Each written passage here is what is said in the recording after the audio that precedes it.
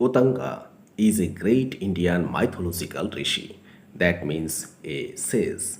The primary source of his account is found in the Adi Parva of the great Indian epic Mahabharata, where he is one of the three disciples of his guru, that means master, called Veda, in other name Shantipan, lived at Avantinagar. One day, his guru left the ashram to join a sacrificial program, entrusting all the administrative duties of the ashram to his disciple Uttanka. Before leaving, his guru Veda advised him to care all the things of the ashram. After some days, his gurupatni was in her menstrual period. The woman asked Uttanka to cohabit with her so that her fertility period would not go wasted, as his guru advised him to take care of everything. But Uttanka refused to oblige, as he was duty bound to his guru and he considered that the act was immoral. His Guru Patni became furious at him, but she said nothing, as the matter might be disclosed. After some days, his Guru returned to the ashram. Guru Beda became very pleased to his disciple Uttanka, as he had performed all his duties very carefully. But the woman said Beda to send Uttanka to her at the time of paying his Guru Dakshina after the completion of his education. Veda agreed. As per Parampara, Uttanka requested his Guru about the Guru Dakshina. Veda suggested he should ask his Guru Mata and give her what she desired. We know the Guru's wife harbored a grudge against Uttanka, as he had refused to fulfill her desire on her fertility period. She asked Uttanka to get the earrings of King Pusha's queen in 3 days so that she could wear them during a religious feast on the fourth day. Uttanka, after taking Guru's blessings, set out to accomplish the task. On the way, he encountered a giant and a bullock.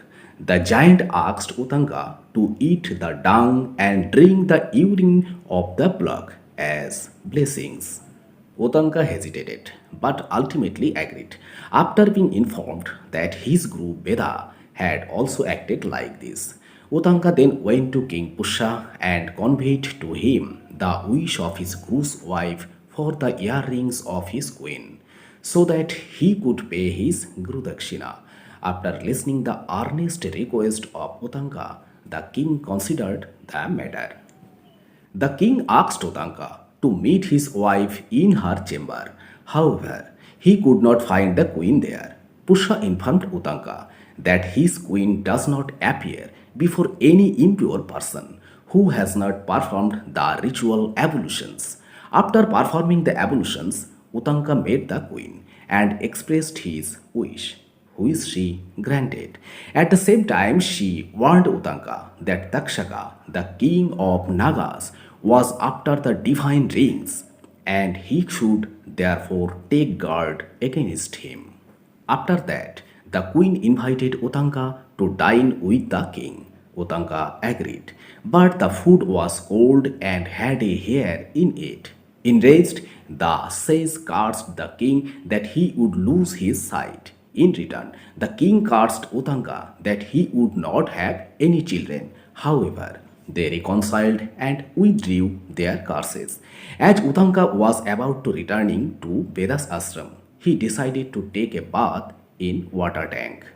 He left his things on the bank of the river and went to take a bath. Uttanka did not know that the serpent king Takshaka had been following him. At that time, Takshaka came there in the disguise of a naked mendicant and stole the earrings. Uttanka tried to pursue the mendicant, but Takshaka had reverted himself to his original form of a serpent and slithered away into a hole in the ground and reached Nagaloka, the abode of the Nagas. Uttanka then tried to dig through the hole. Indra, the king of gods, saw Uttanka in the process of digging and sent his weapon Vajra to help him carve a tunnel to the realm of the Nagas. When Uttanka entered the snake world, he started praising the virtues of Snake King Takshaka and his clan. But all in vain. Takshaka was not moved to give up the earrings. Uttanka then saw two beautiful women weaving with white and black threads on a wheel fixed on the wall. The wheel had 12 spokes and was being turned by six young people. A horse with a rider stood near the wheel. Uttanka praised the functioning of the weaving process, the rider and the horse, and equated the rider to Indra. Pleased with this praise, the rider asked Uttanka to state in what way he could help him. Uttanka requested that he be given the power to bring the snake under his control. The rider then instructed Uttanka to blow at the back of the horse. Uttanka did as suggested. Then flames emerged from all parts of the horse's body and filled the realm of the serpents with fire and smoke. The terrified Takshaka came out of hiding and finally gave up the earrings to Uttanka. Uttanka then wondered whether he could reach his Guru Veda's ashram to hand over the earrings to the Guru's wife before the prescribed time. The rider, noting Uttanka's concern, gave Uttanka his horse, which took Uttanka to the ashram. He reached the ashram just before the sunset as his Guru's wife was in the process of casting a curse on Uttanka for not arriving in time. When Uttanka narrated his experience in procuring the earrings, the Guru and his wife blessed him. Veda then explained to Uttanka the significance of the sights he had seen in Nakaloka. The two women engaged in weaving were Dhata and Vidhata.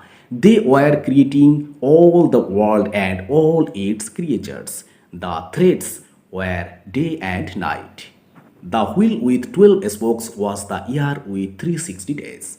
The six boys were the seasons, the giant and bullock were Indra and his elephant Oiravata. Its dung was Amrita, which kept Uttanka alive in Nakaloka. The rider and horse in Nakaloka were Indra and the fire god Agni. Veda also explained to Uttanka that his friend Indra had helped him during his journey.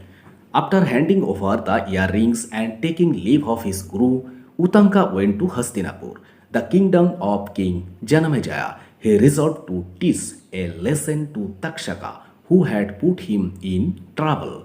He informed Janamejaya that it was Takshaka who had killed his father Parikshit and advised Janamejaya to perform a snake sacrifice to exterminate the serpents.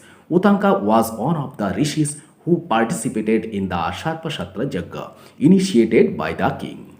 Sharpashatra was meant to draw all serpents to the sacrificial fire to certain death by the chanting of mantras. After the serpents started falling into the sacrificial fire, Takshaka was not to be found anywhere. Uttanka then recited the mantras with great vigor to draw Takshaka to the fire. In mortal fear, Takshaka took shelter with Indra and got himself tied to the throne of Indra for protection. Uttanka, who realized that Takshaka had taken refuge with Indra, he intensified his mantras to ensure that not only Takshaka but also Indra, along with his throne, were drawn to the fire. Indra freed the snake from the throne and escaped. However, when Takshaka was about to drop to death into the sacrificial fire, Astika, a young boy well versed in scriptures, son of the sage Jaratkaru, intervened with Janamejaya. Astika ensured that the Sarpashatra was stopped and the life of Takshaka was saved. This is the end of today's episode of Great Sage Uttanka. If you want to know the tales of great Indian epic Mahabharata and the perpetual knowledge of Sanatan, please stay tuned, do subscribe the channel and don't forget to press the bell icon. See you soon. Have a great day.